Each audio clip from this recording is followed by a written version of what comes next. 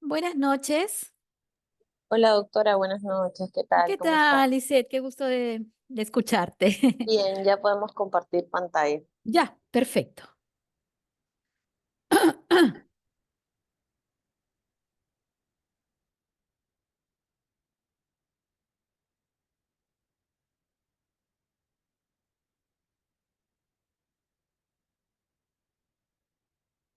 ¿Sí se ve?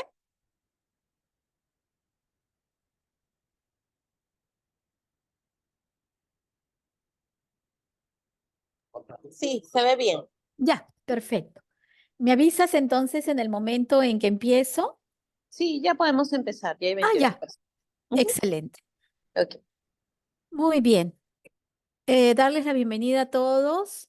Y el día de hoy tenemos dos temas que son muy interesantes y que son básicos en la parte de oftalmología, que es el de óptica y refracción y catarata, que de alguna manera los dos se relacionan muchísimo y ustedes han visto en sus prácticas, los que están ya llevando práctica de oftalmo, que una de las cosas más importantes es que ustedes tienen que determinar primero el grado de agudeza visual que el paciente tiene y luego determinar cuál es el defecto refractivo que ese paciente tiene y poder ver si de repente es miope o es hipermétrope o es astígmata, ¿no? Y ver por qué o de qué estructuras está dependiendo justamente esa alteración visual. Y eso es lo que vamos a estudiar ahora.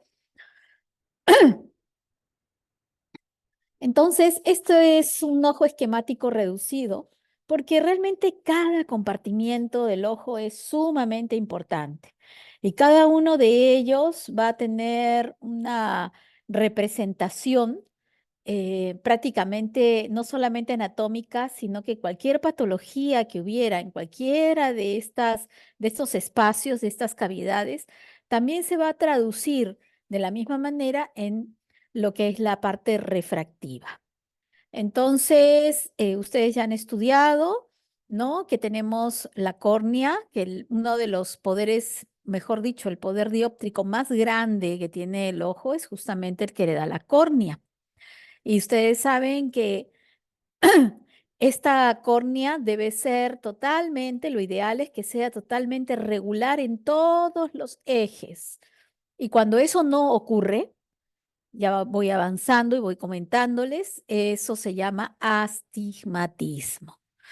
Luego ustedes ven acá que tienen una cámara anterior, que es el espacio que hay de la cara posterior de la córnea con la cara anterior del iris, por donde discurre definitivamente el humor acuoso, que como ya lo estudiamos, es el que va a permitir que tenga la córnea la nutrición adecuada, ¿no? Sobre todo las células endoteliales. Esta cámara también puede variar en longitudes. Generalmente es de 3.2, ¿no? Pero cuando son cámaras muy estrechas, pueden ser por debajo de 2 o cámaras muy amplias por encima de 3.5, ¿no? Y eso también es característico en los pacientes hipermétropes, que tienen ojos más pequeños, cámaras anteriores más estrechas, en pacientes miopes, que tienen el ojo más grande, todos los espacios son más grandes y por lo tanto la cámara anterior también es más amplia. Ustedes ven el cristalino, también igualmente, que es el que va a permitir el enfoque perfecto, directo, justamente hasta la zona de la retina. Entonces, cada uno de estos espacios tiene que estar en excelentes condiciones para que el paciente pueda ver. Si hubiera alguna alteración en el cristalino, como lo que vamos a estudiar hoy, que es la opacidad del cristalino, que se llama catarata, entonces el paciente definitivamente va a ver borroso. Si hubiera alguna alteración en el vitrio, por ejemplo, una hemorragia o de repente una inflamación o alguna degeneración en el vitrio, el paciente va a ver borroso o no va a ver. Si hubiera alguna alteración en la retina, ¿no? Que puede ser un desprendimiento de retina o puede ser de repente una alteración vascular, el paciente también va a tener un déficit de su agudeza visual. Entonces, fíjense qué importante es que cada una de esas estructuras esté en excelentes condiciones para que el paciente pueda realmente ver. Normalmente un ojito normal, como ustedes lo ven acá, es de 22.6 milímetros. Eso es lo que se considera el promedio, ¿no? Pero sabemos nosotros que ojos más chicos también y tenemos ojos más grandes. Y recuerden siempre que una condición refractiva del miope es tener el ojo más grande, generalmente por encima de 24, 25, 26, 30. Yo uno de los ojos más grandes que he visto es de 36 milímetros. Y también tenemos ojos pequeños que son del territorio de los hipermétropes. Y también tenemos ojos que son muy chiquitos, que son los pacientes que tienen nanoftalmos. Entonces, esto es un poquito una introducción para que ustedes vean la importancia de cada una de las estructuras para que ustedes puedan tener una imagen realmente nítida y que ustedes puedan ver. Entonces, no depende solamente de la córnea ni del cristalino, sino de todas las estructuras. Entonces, ¿cómo ustedes van a determinar o cuáles son las pruebas más importantes de función visual? La primera, y la he puesto la más grande, y está súper grande porque es la agudeza visual. La agudeza visual es definitivamente la prueba más importante de función visual, tan importante que si ustedes dejan de consignarla, cuando ustedes vean un paciente, cuando estén en el internado o en el SERUM, ustedes pueden tener un problema médico legal terrible, porque el paciente les puede decir que cuando fue a verlos a ustedes, él veía perfectamente bien, pero como se demoraron tanto y en el camino se quedó ciego. Y ustedes, como no escribieron nada y solamente de repente se limitaron, claro, que está muy bien, a limpiar la herida, a atenderlo, ¿no? A poner los antibióticos profilácticos, pero no consignaron la agudeza visual, van a tener un problema terrible. Entonces, recuerden, lo primero, consignar la agudeza visual. ¿Cuáles son las otras funciones o cuáles son las otras pruebas de función visual? El campo visual, la visión de colores, la binocularidad, la estereopsis, que el estereopsis es definitivamente la capacidad que todos tienen de poder ver en profundidad, ¿no? Entonces, y esto se da gracias a la binocularidad. Si un paciente solamente ve por un ojo y no ve por el otro, o ve muy poco por el otro, no va a tener estereopsis. Entonces, por eso, hoy por hoy, y eso lo vamos a ir avanzando, hay una lucha frontal, y ustedes tienen que apoyar cuando estén en el serum, contra la ambliopía. ¿Qué significa ambliopía? Ojo perezoso. Y especialmente en quién tienen ustedes que hacer esa lucha en los niños. ¿Por qué? Porque los niños el ojito se sigue desarrollando y muchos de estos niños nacen astígmatas, miopes, hipermétropes. Como no hay un oftalmólogo cerca, nadie les corrige la visión y el ojo aprende a ver. Y si ese ojo no aprende a ver, se queda ciego. Entonces, si ese niño ve por un ojo nada más y el otro no, va a perder la binocularidad y la estereopsis. ¿Y para qué sirve la estereopsis?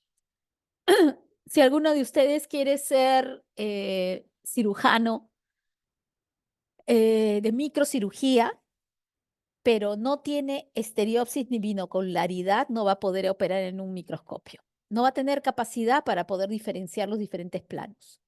Entonces, sí, va a poder ser un cirujano, pero sin utilizar microscopio.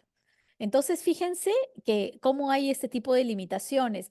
Y en los niños, por ejemplo, ¿no? Es decir, vemos un montón de actividades donde es tan importante la profundidad. Por ejemplo, si un joven quiere entrar a la Fuerza Aérea y quiere ser piloto, si no tiene estereopsis no va a poder ser piloto, definitivamente. Entonces, igualmente los que trabajan en la naval, los que son buceadores, si no tienen estereopsis, no van a poder realizar ese trabajo.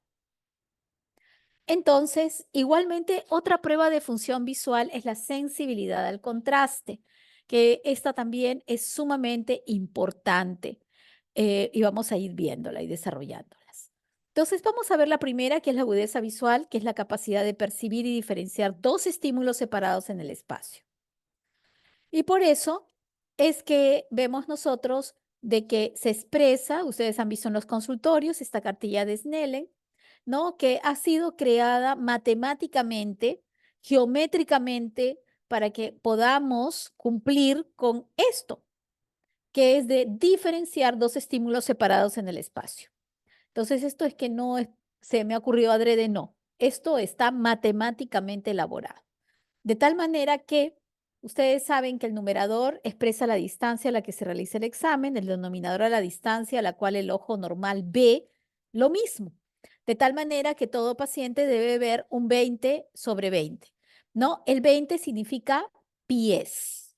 Por eso nosotros también otra forma de poder representarlo es los metros. Entonces sabemos nosotros que 20 pies es igual a 6 metros. Entonces nosotros tenemos que poner a nuestro paciente a la distancia de 6 metros de distancia para que pueda leer la cartilla. Si el paciente lee la cartilla o de repente no ve ni la primera letra, lo ponemos a la mitad de la distancia, que sería a 3 metros. Ustedes saben que la primera letra significa 20/200, ¿no? ¿Por qué 20/200? A ver, nos preguntamos, ¿no? ¿Qué significa 200? Significa 200 pies. Significa que si ustedes se ponen no a 6 metros, sino a 200 pies y tienen su ojito normal, van a poder ver la letra E. Solo la letra E. Y eso significa que si ustedes tienen a un paciente colocado a 6 metros y solamente ve la E, significa que tiene un déficit bastante severo de su agudeza visual. ¿ok? Entonces, lo ideal es que ya has estudiado que el paciente pueda leer justamente hasta encima de la línea roja a esa distancia, que es justamente la distancia de 6 metros. Eso es lo perfecto. Entonces, ¿qué es lo que sucede cuando un paciente no ve esta letra? Lo ponemos a la mitad de la distancia y entonces si la ve, decimos 20/400 y paramos. No es que yo le digo siga viendo, no. Ya decimos, significa que ese paciente a 3 metros está viendo la letra E, que es a la mitad, entonces 20/400. La agudeza visual, por supuesto, debe hacerse en un ambiente bien iluminado, a una distancia adecuada y los optotipos adecuados. Tenemos muchas categorías y ya les he dicho, la principal son con los optotipos, pero ¿qué pasa si el paciente no puede leer las letras? Pasamos a lo que llamamos cuenta dedos, ¿no? Y acá estoy poniendo también la letra E porque a veces tenemos muchos pacientitos que a veces no saben leer, ¿no? Entonces utilizamos también muchas veces optotipos que son figuras o utilizamos la misma letra E para decirle hacia dónde están las patitas, ¿no? Las patitas a la derecha, las patitas a la izquierda, arriba, abajo, ¿no? Y luego de eso vamos a lo que significa cuenta dedos. Si el paciente ya no ve la letra E, nos ponemos a 3 metros, acuérdense, ya no a 6, a 3 metros, y les mostramos nuestros dedos, pero acuérdense, se hace ojo por ojo. Ocluyen un ojo, empiezan y ustedes se ponen a 3 metros y les enseñan sus dedos. Entonces él va contando, sí, veo 5, veo 4, veo 3. Y así de esa manera ustedes consignan paciente, agudeza visual, cuenta dedos a 3 metros. O de repente cuenta dedos a 1 metro, porque a 3 no los ve. Entonces, si el paciente no ve los dedos, pasamos a movimiento de manos o movimiento de bultos, cualquiera de las dos. Movimiento de manos o movimiento de bultos. Igual, nos ponemos a 3 metros, vamos avanzando, apenas decimos movimiento de bultos a 1 metro. Y luego, si el paciente no ve movimiento de manos o movimiento de bultos, pasamos a proyección de luz. ¿Qué significa? Ustedes con su linternita, la del mismo celular, simplemente la posicionan, la suben, la bajan, derecha, a izquierda, arriba, abajo, y le dicen, ¿de dónde viene la luz? El paciente dice, veo una luz, viene de arriba, y ahora de abajo, y ahora de la derecha. Eso significa proyección de luz. Pero si el paciente les dice que ni siquiera sabe de dónde viene, pero ve una luz, eso se llama percepción de luz. Entonces, fíjense, esa es la manera correcta de cómo hacemos nuestra agudeza visual y lo que ustedes están haciendo en la consulta. Y ese es el agujero estenopeico, porque cuando ustedes tienen pacientes, la gran mayoría, para que ustedes puedan hacer la detección adecuada de los problemas refractivos, entonces van a utilizar este agujero estenopeico.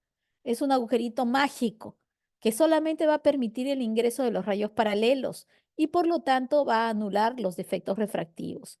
Y el paciente, cuando ustedes, por ejemplo, pónganle, ¿no? Lo pusieron y el paciente solamente leyó hasta la segunda línea, un 20/100. Ustedes lo hacen ver por el agujerito escenopeico y el paciente llega a 20/20. Entonces, eso significa que este paciente tiene un problema refractivo. Hay que averiguar qué tipo de problema refractivo tiene e inmediatamente darle sus lentes. Pero si este paciente no mejora con el agujero escenopeico, entonces ya podemos deducir que hay un problema estructural. Significa que o la córnea está dañada, o el cristalino está dañado, o la cavidad vitrea está alterada, o la retina está alterada. Entonces, fíjense qué importancia tiene este agujero estenopeico. Esos son todos los diferentes optotipos que podemos usar y que definitivamente vamos usando. Normalmente, como les decía, la línea 8 encima de la línea roja equivale a un 20/20. Esto es lo que les hablaba cuando les decía que todo ha sido hecho matemáticamente, ¿no? Y está todo diseñado en términos angulares para poder tener la máxima resolución que nosotros podamos realmente visualizar de forma exacta cada una de las letras. Esas son las equivalencias de la agudeza visual, porque cuando ustedes lean alguna revista o en algún libro, nosotros usamos la equivalencia de pies, pero en muchos lugares no. Entonces pueden estar usando la de 6 sobre 6 o pueden decir 100 cuando quieren decir que la agudeza visual es la óptima, ¿no? O pueden usar 1. Entonces, esta es la equivalencia y es importante que la conozcan, ¿no? Esto no es una pregunta de examen en el sentido de que les voy a preguntar 20-60 qué equivale, no, pero simplemente para que recuerden ustedes que hay una equivalencia, ¿no? Que cada lugar internacionalmente la usa. También tenemos la cartilla de lectura para la presbicia, para los pacientes hipermétropes, las cartillas de Jagger y de Rosenbaum. Por hoy, no solamente tenemos la cartilla de lectura que normalmente se hace a 33 centímetros, sino que muchos pacientes hoy por hoy, cuando van a hacer su refracción, me voy adelantando, la presbicia, ¿no? Es definitivamente una alteración que ocurre con la edad después de los 40 años, donde todos los pacientes después de los 40 tienen dificultad para ver de cerca. Entonces van a necesitar lentes. Acuden al oftalmólogo porque quieren poder leer sus libros, ver su celular. Pero muchos de ellos también trabajan con computadoras. Entonces la distancia del computador es diferente. Entonces generalmente va entre 60 a 90. ¿Por qué? Porque a veces trabajamos con grandes pantallas, con pantallas un poco más distantes, entonces las medidas y los lentes van a ser diferentes. Entonces, hoy por hoy ya no solamente hablamos de una lectura de cerca de 33, sino también estamos hablando de una lectura intermedia que va entre 60 y 90. Entonces, cuando hablamos de metropía, ¿qué cosa es la metropía? La metropía es cuando vemos perfectamente. Tenemos un 20/20, ¿no? Los rayos se enfocan perfectamente. Es el estado refractivo ideal, que no hay necesidad de ningún tipo de acomodación y el paciente ve perfecto, que eso es lo que nosotros buscamos. En cambio, las ametropías es justamente los defectos refractivos, ¿no? Donde se considera la miopía, la hipermetropía y el astigmatismo. Entonces tenemos que el ojo amétrope tiene una visión de objetos en el infinito borroso. Entonces, de tal manera que ese es el emétrope que puede perfectamente ver todos los objetos sin necesidad de acomodación. Pero acá el paciente amétrope tiene que acomodar y muchas veces ustedes van a verlo y lo van a distinguir porque trata de poner a veces los ojos medio chiquitos para poder tratar. ¿Y por qué? ¿Por qué pone esos ojos pequeños? ¿Saben qué? Porque al hacer el ojo pequeño o tratar de cerrar la hendidura palpebral, lo que hacen ustedes es crear un agujero estenopeico. Entonces crean su propio agujero estenopeico para poder tratar de ver. Entonces, estos pacientes necesitan lentes. Ustedes rápidamente se pueden dar cuenta cuando, los ven así, ¿no? Entonces, la clasificación de las ametropías, vamos a ver nosotros que son las esféricas, donde el valor dióptrico es igual en todos los meridianos del ojo. ¿Cuál es el tipo? Miopía e hipermetropía. Los miopes, si vamos a estudiar ahora cuáles son las características, que va a enfocar por delante y el hipermétrope enfoca por detrás. Y en el astigmatismo es la refracción del ojo que varía en los diferentes meridianos. Yo les había dicho que esto depende básicamente de dos estructuras, de la córnea y del cristalino, pero el 80% depende de la córnea y un 20% depende del cristalino. Y esto más en los pacientes que ya tienen catarata. Pero en el paciente normal, joven, niño, cuando hay alteraciones de la curvatura corneal, que no todos los ejes son iguales, sino que hay alteración de alguno de sus ejes, entonces esta condición se llama astigmatismo. Entonces, dentro de los defectos ópticos tenemos una metropía axial, donde tenemos nosotros una longitud axial anormalmente más larga o corta, que en este caso, como ya había empezado dándoles la clase, los miopes tienen el ojo más grande. y el hipermétrope tiene el ojito más corto. Igualmente tenemos una metropía refractiva donde el poder dióptrico total del ojo es anormal, en la miopía está aumentado y en la hipermetropía está disminuido. Entonces, ese es el paciente miope, ¿no? Definitivamente la imagen se produce por delante de la retina y este paciente miope, definitivamente, como les decía, tiene un aumento, son ojitos grandes, esos ojos grandes que ustedes pueden ver, generalmente es el del miope, ¿no? Igualmente, puede haber aumento de la curvatura de la córnea o del cristalino, y puede haber un aumento de la potencia del cristalino, que eso se da más, como les decía yo, en pacientes con catarata. Pero a ver, ¿cuáles son qué es lo que nos interesa, ¿no? Porque ustedes quieren determinar cuando estén en el CERUM si ese niño es miope o es hipermétrope. El signo o el síntoma típico es la mala visión de lejos. Entonces, estos jovencitos son los que están generalmente, los tienen que poner en la primera fila, ¿no? Porque tienen una excelente visión de cerca. Es tan buena que se le llama visión microscópica. El miope ve perfecto de cerca, pero ve muy mal de lejos. Generalmente tienen todo una, ¿cómo les puedo decir? Una sintomatología también, ¿no? De la personalidad. Son de carácter un poco retraído, son muy afectos a la lectura. ¿Y por qué? Porque les da miedo salir al recreo, pero no ven.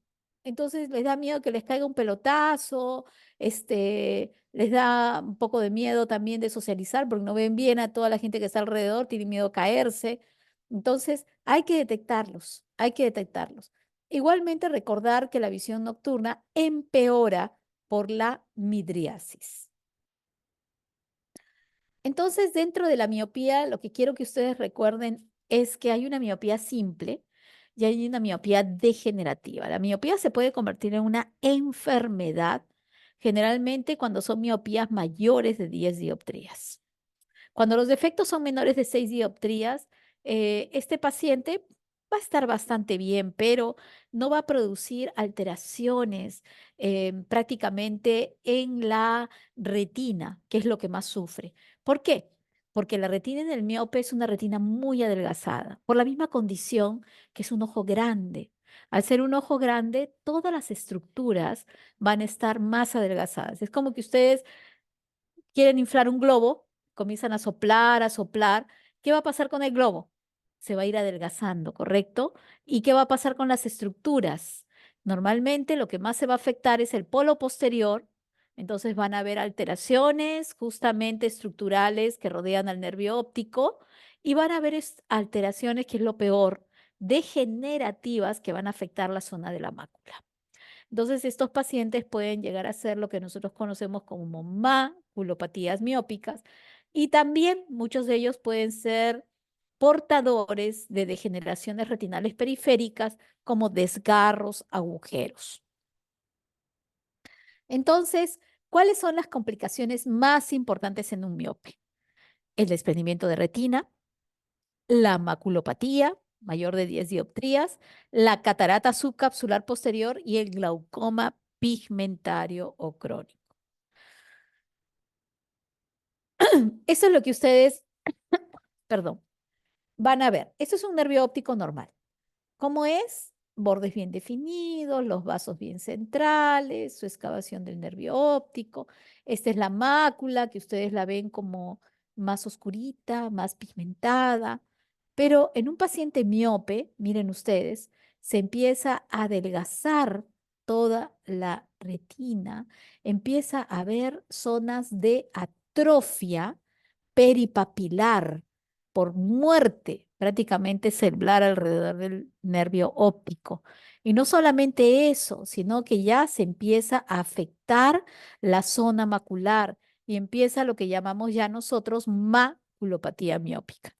E igualmente, esto ya es en algunos pacientes también con miopías, las degeneraciones retinales periféricas, porque la retina está tan adelgazada que muchas veces se pueden formar desgarros, se pueden formar degeneraciones que estos pacientes, cuando tienen más de 6, 7, 8 dioptrías, tienen que ser muy cuidadosos de evitar deportes que sean de contacto, básquet, box, porque pueden hacer desprendimientos de retina.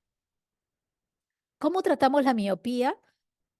La corrección, lentes esféricos negativos divergentes. ¿Y de qué naturaleza? Cóncavos. Puede ser de montura o puede ser de contacto. También, igualmente, podemos recurrir a la corrección quirúrgica usando el láser, el PRK, el ASIC, el LASEC, implante de un lente intraocular también, ¿no? Fáquico o extracción del cristalino con implante de lente intraocular. Pero lo que más se está usando y más se usa generalmente en los jóvenes es el excimer láser. Entonces, pero hay ciertas condiciones para poder hacerlo. No todos los pacientes son tributarios, porque se trabaja sobre la córnea y uno de los factores más importantes es que la córnea tenga un grosor adecuado para que se pueda realizar la operación. ¿Cómo es el paciente hipermétrope? Diferente, el paciente hipermétrope ve perfectamente bien de lejos, pero tiene dificultad para poder ver de cerca. Entonces, estos pacientes son más bien al contrario. Son estos niños que generalmente van a estar jugando, haciendo chacota en el recreo, porque su medio es el campo, disfrutan de los paseos, de las fiestas, pero lo que no quieren es estar en el salón viendo la pizarra porque no la ven bien, y menos aún leyendo porque no pueden leer bien. Entonces hay que detectarlos. Muchos de estos chicos así inquietos, es que son hipermétropes. Entonces se les da sus lentecitos y se soluciona el problema. Pero también hay algunas enfermedades que están ligadas a la hipermetropía. Yo les decía, son ojos más pequeños y por lo tanto, al ser más pequeños, todas las estructuras están todas más apiñadas, todas más juntas. Entonces son pacientes que pueden tender a ser glaucoma o hipertensión. No, no digo el glaucoma, no podemos decirlo así nomás, el glaucoma es cuando hay daño estructural del nervio óptico, es decir, estos pacientitos pueden hacer cierre angular o pueden hacer hipertensión ocular que en el tiempo pueden llegar a ser glaucoma. Pero estos pacientes también patológicamente pueden producir también en algún momento edema macular. Entonces tienen una pésima visión próxima y ellos van a presentar lo que llamamos la astenopia. Son todos estos síntomas como la cefalea, el cansancio visual, que muchas veces más estos niños son llevados al neurólogo porque la mamá piensa que el niño tiene un tumor o que tiene un problema cerebral y el neurólogo lo examina, le toman tomografías, le hacen esta resonancia, le dice, no, no tiene nada. Señora, llévalo al oftalmólogo. Lo lleva al oftalmólogo y lo que requiere son lentes. Se le pone los lentes y se le fue la cefalea. Se le fue todo. Entonces recuerden, ¿no? Estos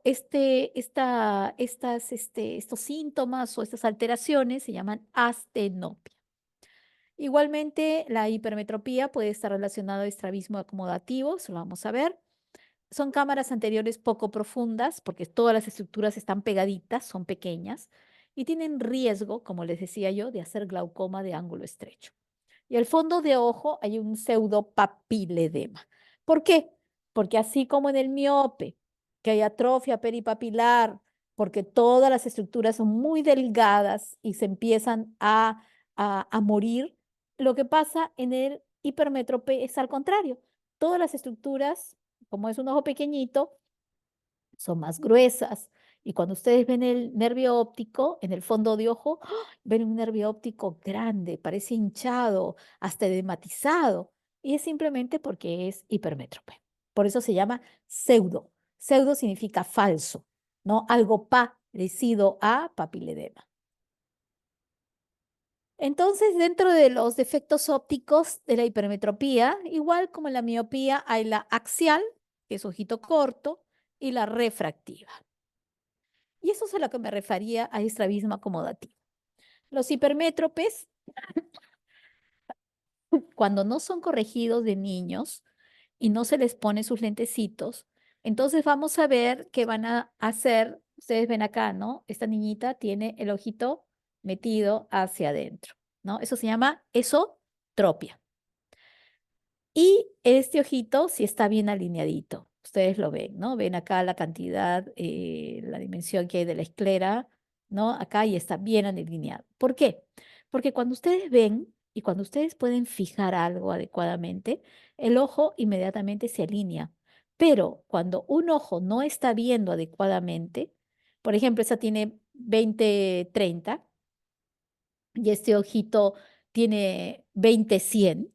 Entonces el sistema nervioso va a codificar este ojito y lo va a asumir como su ojo bueno y a este lo va a anular. Por eso es que yo les decía que aprendemos a ver. Y si a esta niñita no le ponen sus lentes, esta niñita va a desarrollar lo que conocemos como ambliopía. Es decir, no hay un desarrollo funcional visual del ojo. Y esta niña va a ser discapacitada porque definitivamente solamente está viendo con un solo ojo. Pero fíjense, qué alegría para esta niña cuando alguien, gracias a Dios, descubrió que este ojo no veía bien. Y como está niña y está en crecimiento y el ojo está aprendiendo a ver, ¿hasta qué edad aprende a ver? De 6 a 9 años. Entonces, si ustedes no corrigen y ponen lentes hasta esa edad, ya desarrollaron ambliopía. Aprendió a ver y miren, ¿qué pasó con ese ojito? Como ya está viendo, inmediatamente se alinea el sistema nervioso, lo codifica e inmediatamente ya ese ojito está alineado y esto se llama correspondencia retinal. Hay un arco de correspondencia retinal que es un arco indeleble, así como el cemento, así, y eso permanece a través de toda la vida y así es que aprendemos a ver. En la hipermetropía, el tratamiento son los lentes esféricos positivos que son convergentes y convexos, totalmente diferente a la miopía, ¿cierto? En la miopía eran negativos, divergentes y cóncavos. Acuérdense de eso que es muy importante. En el astigmatismo habíamos hablado es que hay alteración de los ejes y estos pacientes lo que van a tener básicamente es que no van a poder enfocar. Es decir, el paciente puede estar asociado a miopía o puede estar asociado a hipermetropía, pero básicamente van a ver las cosas no con un enfoque y las van a ver distorsionadas. Ya no es que yo no veo de cerca ni de lejos, es terrible porque ni de lejos ni de cerca ven bien. Es decir, ven distorsionado, no pueden enfocar. Entonces va a depender, lógico, de la cuantía o el tipo de astigmatismo. Y ellos también, como los hipermétropes, cursan con astenopia, que es todos estos síntomas de dolor de cabeza, tienen hasta náuseas, mareos, se sienten pésimos. Entonces, les había comentado que el astigmatismo principalmente el origen es en la córnea. Hay un astigmatismo cristaliniano que es menos frecuente y hoy les comenté que más se da en los pacientes después de los 50, 60 años, ¿no? Y ya empiezan a hacer un grado de catarata. Y lo que pasa es que se forman dos líneas focales. Y como les decía, también puede estar asociado tanto a miopía o con hipermetropía. ¿Y cómo se corrige? Con lentes cilíndricos. Es decir, ¿qué hace un lente cilíndrico?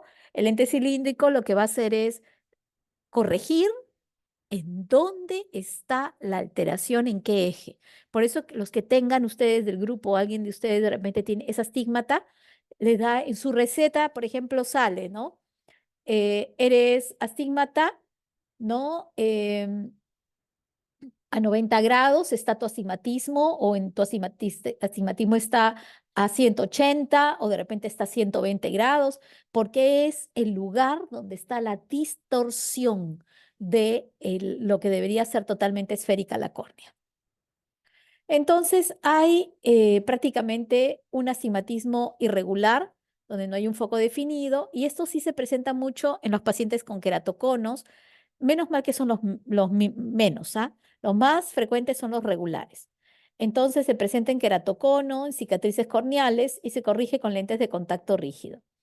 Esto quiero que se acuerden, el queratocono, porque el queratocono no es tan infrecuente.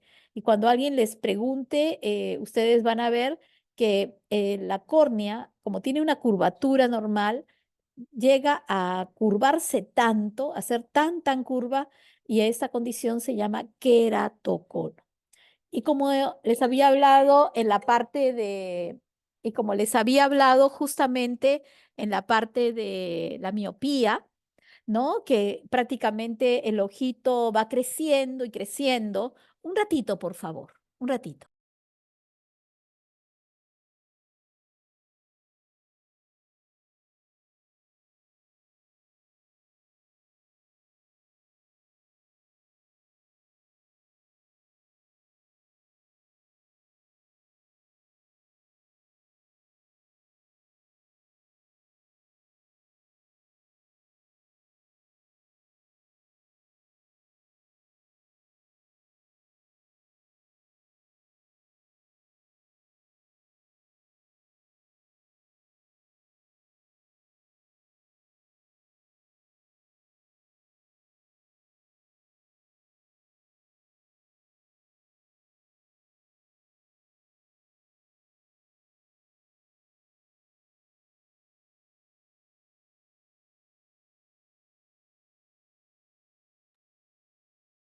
Gracias.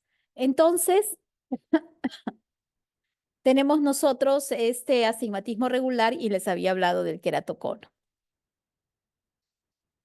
Entonces, los efectos de astigmatismo, vamos a dar la prescripción de los lentes, el máximo valor tolerado, ¿no? De lente cilíndrico. Por eso esto hay que medirlo siempre bien, ¿no? Porque muchos de estos astigmatas pueden tener astenopia. Cuando uno empieza hay que ir haciendo la corrección, ¿no? Igualmente, el tratamiento láser es muy bueno siempre y cuando la córnea permita que se pueda hacer el tratamiento y sea una córnea con un grosor adecuado. Ahora, vamos a ver un mecanismo que es importantísimo, que es el que realiza el ojo, que es la acomodación. ¿Qué es la acomodación? Es la capacidad del sistema óptico del ojo para cambiar su poder dióptrico gracias al aumento de la curvatura del cristalino. Entonces, hay una cosa que es muy importante que debemos de conocer. En la visión lejana, el cristalino se aplana. En la visión cercana, el cristalino se abomba, aumenta su diámetro antero-posterior como si fuera una lupa. Imagínense una lupa, la lupa le sirve para poder aumentar y ver los objetos, ¿no? Más cercanos. Hace exactamente lo mismo. Entonces, igualmente, nosotros vemos de que de la misma manera, cuando nosotros vemos cerca, ocurre otro mecanismo. Acá no está el dibujito, pero lo vamos a ver en otros. Ocurre lo que nosotros llamamos la miosis. En cambio, en la visión lejana ocurre una midriasis, es decir, la pupila se dilata. ¿Por qué? Porque tenemos que ver mucho más cosas, ¿no? Si ustedes van a ver de lejos un paisaje, la pupila tiene que estar un poco más dilatada para que puedan captar todo. Pero si ustedes van a ver, van a leer, entonces inmediatamente la pupila se cierra para poder enfocar. Entonces, fíjense, este mecanismo también tiene que ver mucho con la contracción y la relajación del cuerpo ciliar. Ahora, esta acomodación la vamos a tener hasta los 40 años. ¿Por qué? Porque en los 40 años se pierde. Hay una disminución de la amplitud de la acomodación que va a dificultar la visión de cerca. Es decir, el cristalino se empieza a esclerosar y ya no tiene esa capacidad de aumentar en el diámetro antero-posterior, ¿no? Y empieza a perderlo. Y por lo tanto, a partir de los 40, 60 años es un defecto de acomodación.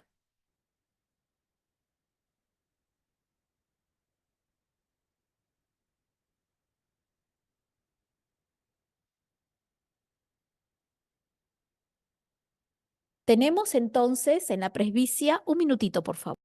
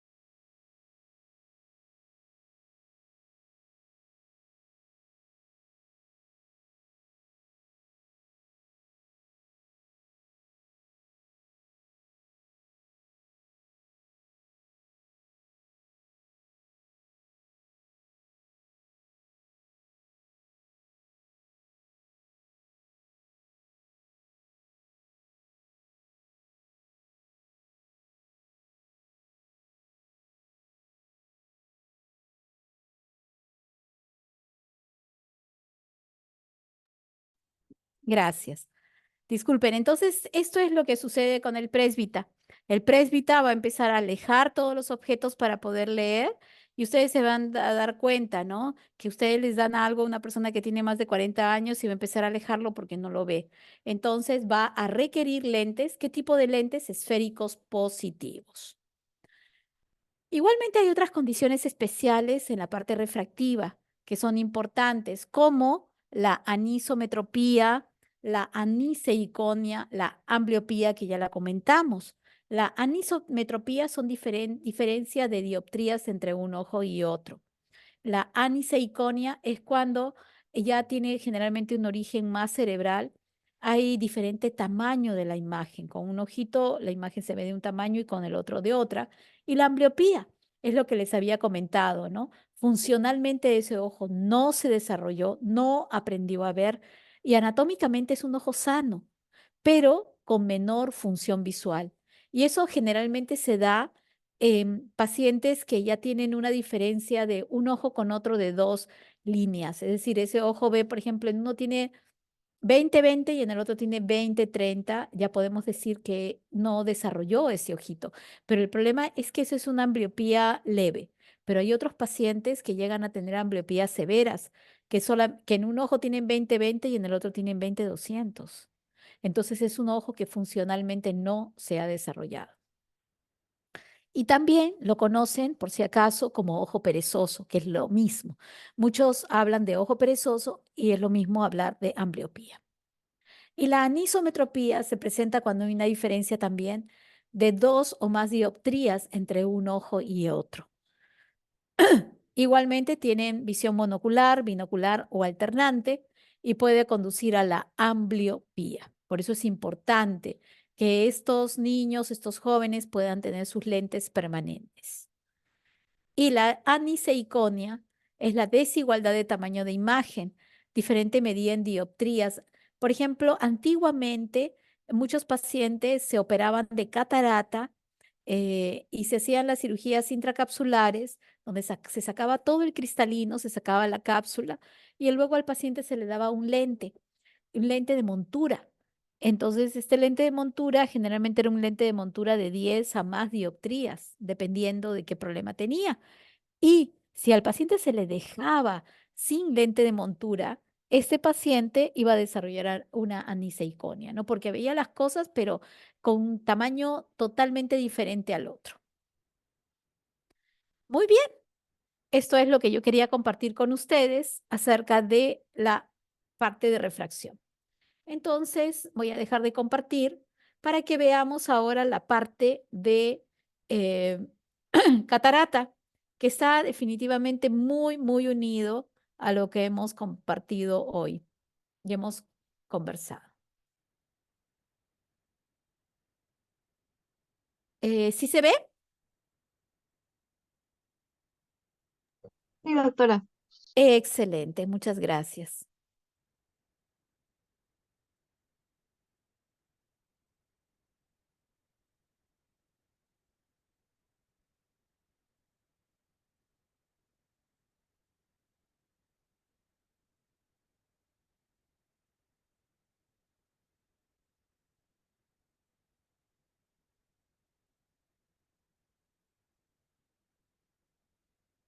Muy bien. Entonces tenemos acá nosotros lo que es la catarata. Y la catarata, definitivamente primero tenemos que ubicarnos. ¿Qué cosa es el cristalino? Porque al final la catarata, ustedes saben que es la primera causa de ceguera. ¿De qué tipo de ceguera? Ceguera reversible. Entonces, es la primera causa y por eso es que andamos siempre en la lucha, porque muchos pacientes desarrollan cataratas tan severas que prácticamente se vuelven en pacientes discapacitados, ¿no? Entonces, el cristalino, que es un lente biconvexo totalmente transparente, a medida que va pasando la edad, porque la catarata es un problema básicamente de calendario, de edad. Es decir, todos vamos a pasar en algún momento por las opacidades, en menor o mayor grado. Entonces, este cristalino se va opacificando y sabemos nosotros que el cristalino es flexible. ¿Y por qué es flexible? Porque tiene que acomodarse, ¿no? Acomodarse para ver de cerca, ver de lejos durante la época de la niñez y la juventud. Pero luego vemos nosotros que esto se va perdiendo y después el cristalino se va opacificando. Tiene una cápsula anterior, tiene una corteza, tiene un núcleo, ¿no? Y vamos a ver nosotros que también tiene lo que nosotros conocemos como suturas, que son una sutura anterior y una posterior en forma de Y invertida. Y gracias a estas suturas es que nosotros podemos desarrollar la facomulsificación, es decir, que podemos fracturarlo, ¿no? Porque tiene justamente esta orientación y podemos fracturarlo hasta prácticamente tener pequeños trozos y ustedes saben que vamos a dejar prácticamente el saco capsular donde luego se va a colocar el lente intraocular. Una de las cosas importantes es que ustedes tienen que recordar que el cristalino es rico en agua, en proteínas, en sodio, cloro, potasio, pero también una de las cosas más importantes es en la glucosa. Y esto es importantísimo porque los pacientes diabéticos, como hacen tanto cambio de osmolaridad, ellos tienen predisposición a hacer catarata más tempranamente. Acuérdense de eso. Eso es algo muy importante. Estos pacientes hacen catarata mucho más tempranamente, justamente porque estas fluctuaciones de glucosa empiezan a producir opacidades en el cristalino.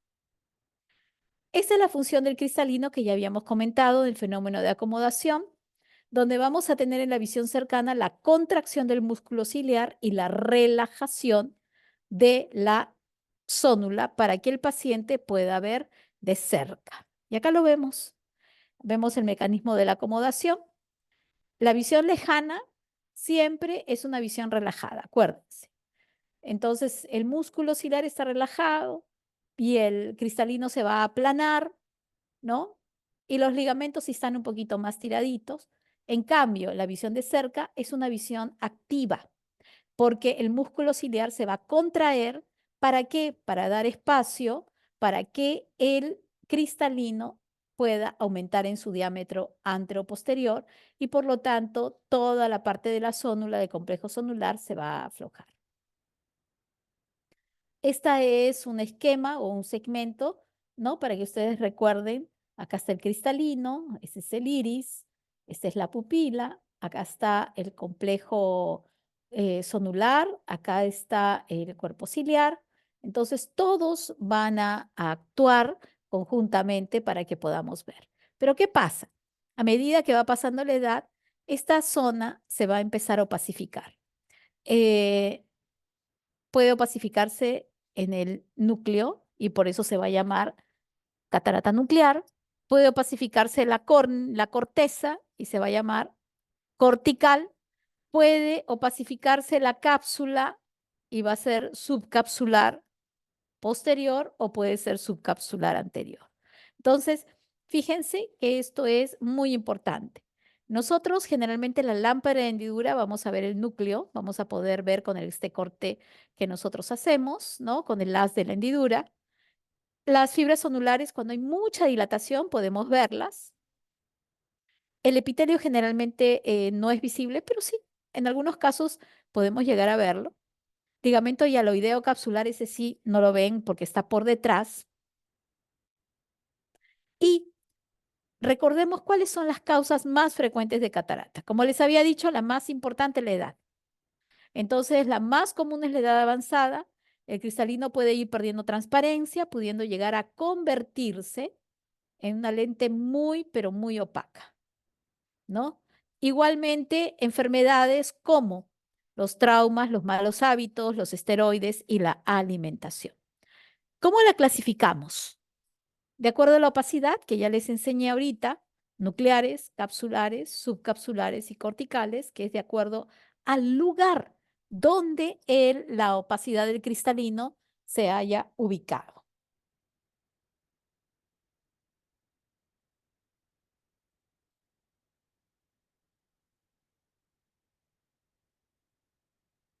Y vemos nosotros que también puede ser según el desarrollo. Puede ser inmadura, madura, morganiana, que es la del grado máximo, que son esas cataratas de color marrón muy duras.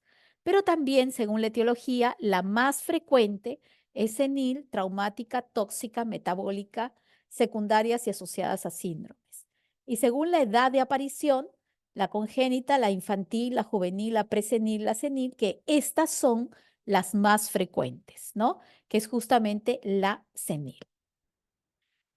Esto es para que ustedes recuerden cómo se ve una catarata nuclear cuando ustedes la ven en el haz de la lámpara de hendidura, hacen un corte y miran ustedes la córnea y acá al fondo van a ver el cristalino, ¿no? Acá se ve el epitelio, se ve la corteza y acá está el núcleo. Y ustedes se dan cuenta que está amarillito, no debería ser, debe ser totalmente transparente, pero está amarillo, les está indicando que es una catarata nuclear, que es la más frecuente, ¿no? Y luego tienen esta, que es una cortical. Ustedes ven acá el haz, acá ya no ven el núcleo amarillo, ustedes ven acá como unos rayos porque esa es la forma en la que se afecta la corteza, ¿no? Se extiende gradualmente desde la periferia hacia la parte central. Y luego tienen una subcapsular.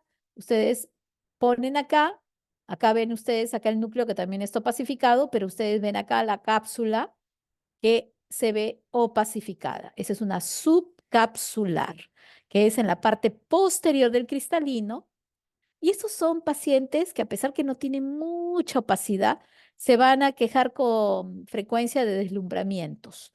Generalmente cuando están en los semáforos, no dicen, ay, es el semáforo y cómo me deslumbro, las luces, estoy en carretera y todas las luces se distorsionan.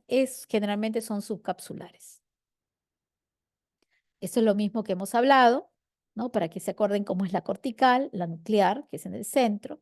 Y esto es para que ustedes vean cómo puede llegar a opacificarse tanto una catarata, ¿no? Una catarata madura y una catarata hipermadura. Si ustedes se dan cuenta, toda la catarata o todo el cristalino está totalmente blanco.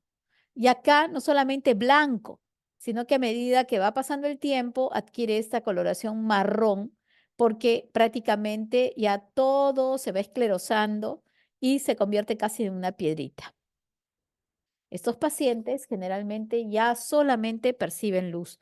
Ustedes no cuentan dedos ni ven la E, mucho menos. Hay un tipo de cataratas que son las cataratas congénitas, que también hay que tenerlas en cuenta, ¿no? Que están generalmente asociadas, ¿no? Que son cataratas hereditarias, catarata sonular, catarata polar, y muchas de ellas están asociadas a problemas sistémicos y sobre todo aquellos pacientes que no han tenido un buen control perinatal, ¿no? Y han tenido infecciones, las mamás con toxoplasmosis, con la rubiola, con el citomegalovirus, y también está asociada a síndrome de Down, síndrome de Patot y síndrome de Edwards y algunos síndromes esqueléticos, como el síndrome de Hallerman, el de Nance-Horan.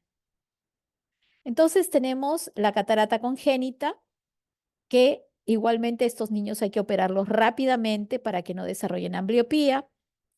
Igualmente tenemos las asociadas, como habíamos visto, alteraciones cromosómicas, también las asociadas a la rubiola, toxoplasmosis y citomegalovirus y a las carenciales, ¿no? Esto es triste, pero también falta de vitamina A, ácido fólico y vitamina B12.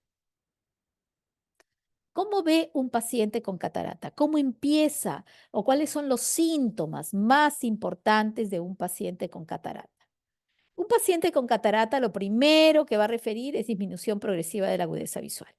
Va a empezar a ver borroso, no va a empezar a ver con la nitidez que veía, le va a deslumbrar, le va a molestar mucho la luz. Luego va a tener lo que nosotros conocemos como diplopia monocular, es decir, va a empezar a ver doble. Igualmente, estos pacientes muchas veces hasta se deprimen porque los colores pierden su intensidad y todos los colores los ve igual, el amarillo, el verde, no ve los grados de colores. Y estos pacientes es como estar en un invierno todo el año y se deprimen. Igualmente ocurre lo que se llama la miopización gradual. ¿En qué consiste? Es el abuelito que ustedes tienen o que en casa, que ustedes a veces están orgullosos porque dicen, uy, mi abuelito no necesita lentes, él se lee todo el periódico, ve perfecto. Bueno, les doy la mala noticia que el abuelito lo que tiene es catarata. El abuelito ya no está viendo nada de lejos, se ha miopizado y está leyendo perfectamente su periódico porque tiene catarata. Entonces, eso es lo que ocurre, que es la llamada justamente visión o la visión que aparece de un momento a otro, que es la visión cercana, que ya les está hablando de una catarata importante. Eso es lo mismo que ya habíamos hablado. Estas son las cataratas que habíamos comentado, las nucleares, las subcapsulares. Esta es la inmadura, la madura, la morganiana, miren cómo es negra. Nosotros le llamamos ya prácticamente nigrans. Estos pacientes inclusive tienen PL con las justas y a veces hasta NPL. ¿No? Entonces, pero hay otra catarata que también quiero que ustedes se acuerden, que ya la comenté, que son las metabólicas, que son las relacionadas justamente con la diabetes. Porque hoy más que nunca la diabetes es un problema mundial y es una epidemia, prácticamente una pandemia mundial que estamos viviendo y lo más triste es que cada vez estamos teniendo pacientes diabéticos cada vez más jóvenes y están desarrollando también catarata. Entonces tenemos que estar muy atentos y generalmente vemos nosotros que ellos van a formar como pequeños copos de nieve, ¿no? Son cataratas corticales como pequeños copos de nieve y también hacen cataratas subcapsulares. También hay otras relacionadas a la tetánica por hipercalcemia. Igualmente la galactosémica, opacidades en los primeros años de vida por la imposibilidad innata de transformar la galactosa en glucosa, y la sindermatóticas debido al común origen embriológico ectodérmico superficial, donde aparecen opacidades subcapsulares anterior y posterior. Ya saben ustedes, en la catarata, esta catarata diabética, la típica en forma de copos de nieve, y que se va a producir justamente por esta sobrehidratación osmótica, como le decía, ¿no? Los cambios bruscos de osmolaridad en el cristalino y van a dar lugar a la opacidad. Y también recuerden, los pacientes diabéticos se miopizan. Por eso, un paciente diabético cuando va a hacerse su refracción, lo primero que ustedes tienen que constatar es que este paciente esté con una glucosa dentro de límites normales. Si el paciente tiene una glucosa alta, va a estar miopizado. Y si ustedes les hacen su refracción y le dan lentes, el paciente al día siguiente, cuando su glucosa esté normal y ya no esté miopizado, esos lentes no le van a servir. Y por lo tanto, ustedes tienen que devolverle su plata. ¿Por qué? Porque cometieron el error de no preguntarle cómo estaba su glucosa. Entonces, lo normal es para hacer una refracción, un diabético debe estar por debajo de 120, porque ya por encima de 120, 130, 150 ya empieza a haber el proceso de miopización y menos aún paciente que viene con glucosa de 300. Ese es otro tipo de catarata que son las cataratas tóxicas que pueden producir.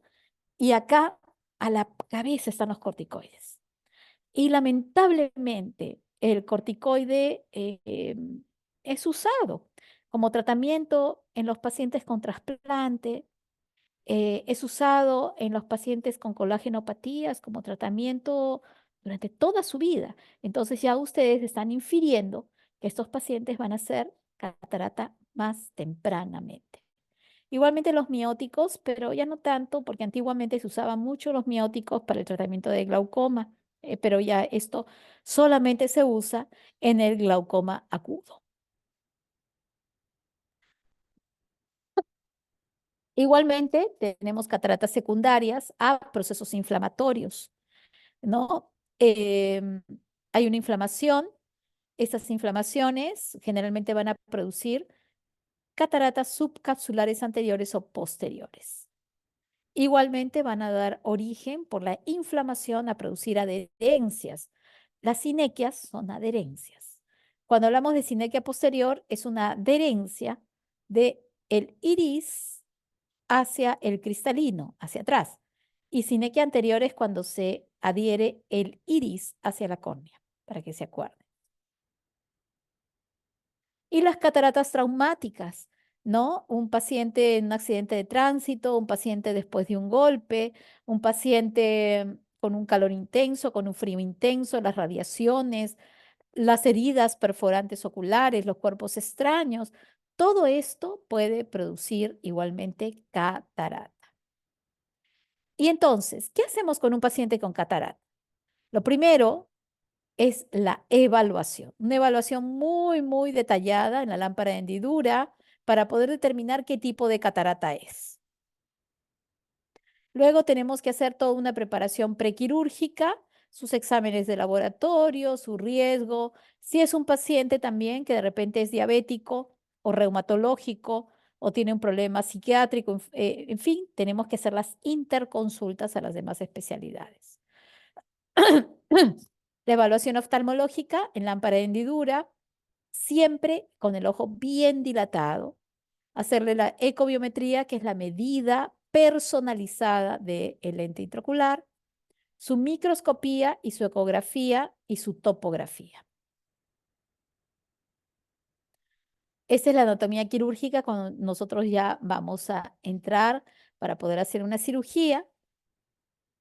Y esta es una evaluación muy importante que todo paciente con catarata tiene que hacérsela antes de entrar a cirugía.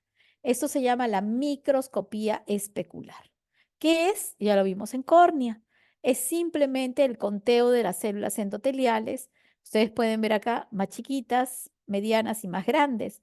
Significa que este ojito está perfecto, este ha ido perdiendo células endoteliales y este las ha perdido más. Entonces, el paciente tiene que entrar en buenas condiciones para que podamos tener el éxito de la cirugía. Igualmente, esto que ustedes ven acá es la paquimetría para poder determinar el grosor de la córnea y ver si hay alguna zona de edema o alguna alteración. La paquimetría es para medir el espesor de la córnea. E igualmente es importante en los pacientes muchas veces con glaucoma, candidatos a cirugía refractiva, pacientes con queratocono o pacientes que tienen recuentos bajos endoteliales. Y la microscopía especular, que ya la vimos, porque sabemos que hay un deterioro endotelial normal de 0,6 a 0,7 y en la cirugía generalmente se pierde de 6 a 13%. Este del 29 era cuando se hacían extracapsulares. Hoy por hoy la técnica está haciendo que ya no haya tanta pérdida de células endoteliales. Pero recuerden algo, células endoteliales de 400 a 700 producen ya la pérdida definitiva de la transparencia corneal. Entonces, lo ideal es tener pacientes por encima de 2.500 células, 2.000 células, ¿no? Y no esta cantidad, estos pacientes cuando tienen células tan disminuidas o tan bajas, realmente ya no se entra a la cirugía. Porque por más cirugía maravillosa que ustedes hagan, ya perdieron la transparencia corneal. Esta es la ecobiometría, que es la medida del lente intraocular. Y esta es la ecografía, porque a veces son cataratas tan blancas, ¿qué fondo de ojo van a hacer? No van a ver nada. Entonces, ¿qué tienen que hacer? Una ecografía. ¿Para qué? Para poder ver si la cavidad vitrea está bien, si la retina está bien, si el nervio óptico está bien, si la mácula está bien. Entonces, no se pueden tirar a la piscina sin saber qué es lo que hay adentro. Esta es la topografía corneal que me permite ver la integridad de mi córnea. Si es que de repente no hay queratocono o determinar qué grado de astigmatismo tiene el paciente. Y estos son los lentes intraoculares que usamos para las cirugías. Son lentes personalizados, de tal manera que ustedes pueden ver definitivamente qué tipo de lente van a usar para poder darle al paciente. Un monofocal para ver de lejos, un tórico cuando el paciente tiene mucho astigmatismo, igualmente un multifocal para ver de lejos, mediana distancia, ¿no? Entonces, de tal manera que son lentes personalizados. Y esto es lo que antes, antiguamente, cuando uno hacía las extracapsulares, uno sacaba todo el cristalino en su totalidad. Y miren cómo estos colores que ustedes están viendo puede ser tan duro, que esto ustedes lo ven acá hasta un color negro, ¿no? Que impedía realmente la visión. Hoy por hoy, la cirugía de catarata debe hacerse tempranamente. ¿Para qué? Para evitar complicaciones. ¿Y para qué más? Porque no podemos tener pacientes discapacitados visualmente. Los pacientes van pasando la edad y hoy por hoy ya no es lo mismo hablar del paciente de 70 años, hace 30 o 40 años, que el de ahora, porque el 70 sigue trabajando. Ustedes han visto que incluso dentro de nuestra especialidad o dentro de la actividad médica han aumentado la edad. Es decir, el médico puede trabajar hasta los 80. Entonces, ¿un médico lógico va a trabajar hasta los 80 con catarata? No. Entonces, ahora uno tiene que operarse muy tempranamente. Entonces, apenas empiece ya a producirse las molestias y el paciente empieza a sentir que no puede hacer sus actividades como las hacía antes, se opera su catarata, se pone su lente intraocular y es un paciente que ya está reinsertado otra vez a su trabajo y a la sociedad. Muy bien, chicos, eso es lo que quería compartir con ustedes el día de hoy. Y voy a pasar para poder hacer algunas preguntitas. Voy a hacer 3 preguntitas nada más para ver qué es lo que han entendido. Vamos a pedirle a Caroline Cáceres Chipana. ¿Está? Sí, doctora, buenas noches. Hola, ¿cómo estás, Caroline? Qué gusto. Caroline, cuéntame, dentro de lo que hablamos acerca de la parte de refractiva, ¿cuáles son las características más importantes de un paciente miope? ¿Qué dificultad tiene un paciente miope? Bueno, ellos no pueden enfocar bien de lejos, pero bien de cerca. Perfecto, Además, bueno, tienen un aumento de la curvatura de la córnea. Entonces, excelente. ¿Y sus ojitos cómo son? La longitud van a axial. ser más grandes, son grandes. Excelente, excelente. ¿Y estos pacientes tienen predisposición? Y si son muy altos miopes, ya no Caroline, sino a Celeste, si son muy altos miopes, más de 10 dioptrías, ¿cuál es la complicación que más nos preocuparía? ¿Está Celeste en un alto miope? ¿Está Celeste?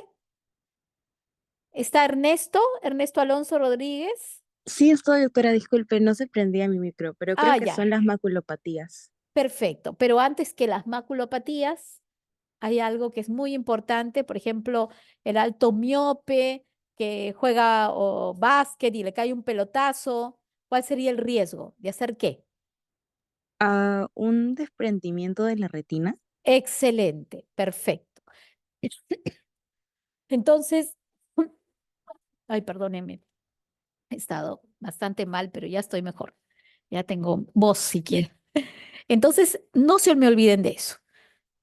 Altos miopes, el paciente alto miope no ve de lejos, ve perfecto de cerca, ojos grandes y el riesgo cuando son mayores de 10 dioptrías de que puedan hacer maculopatías, desprendimientos de retina. Muy bien. Y Ernesto, cuéntame, ¿cómo sería el hipermétrope?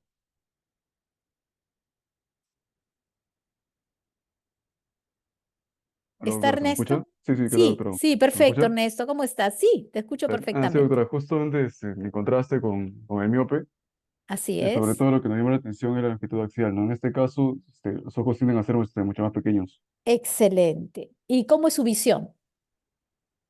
En el hipermétrope, si no me equivoco, eh, a ver, A ver, acuérdate, el miope, ¿cómo es su visión de cerca? es mucho mejor. O sea, como dijo mi Claro, compañera, ven bien de cerca, pero el enfoque lejano es mucho más dificultoso. eso es en el miope, pero en el Ujú. hipermétrope es al revés, Sí, sí, ¿cierto? El porque hipermétrope no ve claro, de cerca. porque la imagen se proyecta detrás de la retina, ¿no? Por eso es que se Exactamente, ve mal de cerca, perfecto. sí, sí, sí. Muy bien, y cuéntame, ¿y cuál sería la preocupación de un hipermétrope alto? ¿Qué patología está asociada o te preocuparía de que pueda desarrollar en el futuro? Y yo pensaría en glaucoma o estrabismo. Excelente, muy, muy, muy bien. Listo. Entonces ahora vamos a preguntarle a María Fernanda. María Fernanda Tencio. María Fernanda, cuéntame, ¿cómo se llama esta alteración que aparece después de los 40 años? Que el paciente súbitamente de un momento a otro ya no puede ver de cerca.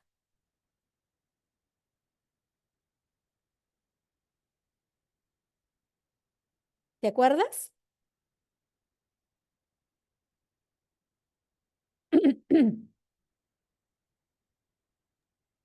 La presbicia, doctora. Excelente, la presbicia, no se olviden de eso. Y entonces, ¿este paciente qué tipo de lentes necesitaría?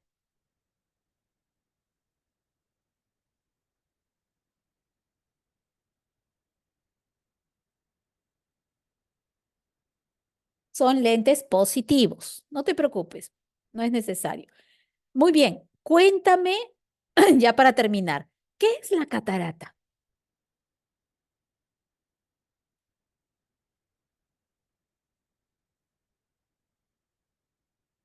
Es un proceso degenerativo que ocurre debido a la cristalización perdón, a la opacidad del Opacidad, cristalino. ok. ¿Y la principal causa cuál es? La edad, Excelente, ¿no? Esa es la principal causa, ¿no? ¿Y el tratamiento definitivamente cuál es? cirugía. Excelente. El tratamiento es quirúrgico, recuerden, no existe ninguna, este, en ninguna que les quieran vender, de que hasta en los YouTube salen ahí a decir que tú puedes prevenir la catarata, ¿no? Y que te puedes hacer tal ejercicio, no, ya es solamente la cirugía. Acá me preguntaron, buenas noches, doctora. ¿El fondo de ojo que nos mostró en miopía ocurre tanto en la simple como en la degenerativa o solo son cambios en la degenerativa? Son cambios en la degenerativa. Por eso hablamos de degenerativa por encima de 10 dioptrías, donde empieza ya a haber tanto adelgazamiento de la zona de la retina que empiezan a haber cambios justamente degenerativos, ¿no? Fue Carpio Luna Pierina Thaís que me preguntó. ¿Alguna pregunta, chicos? ¿Alguna otra pregunta?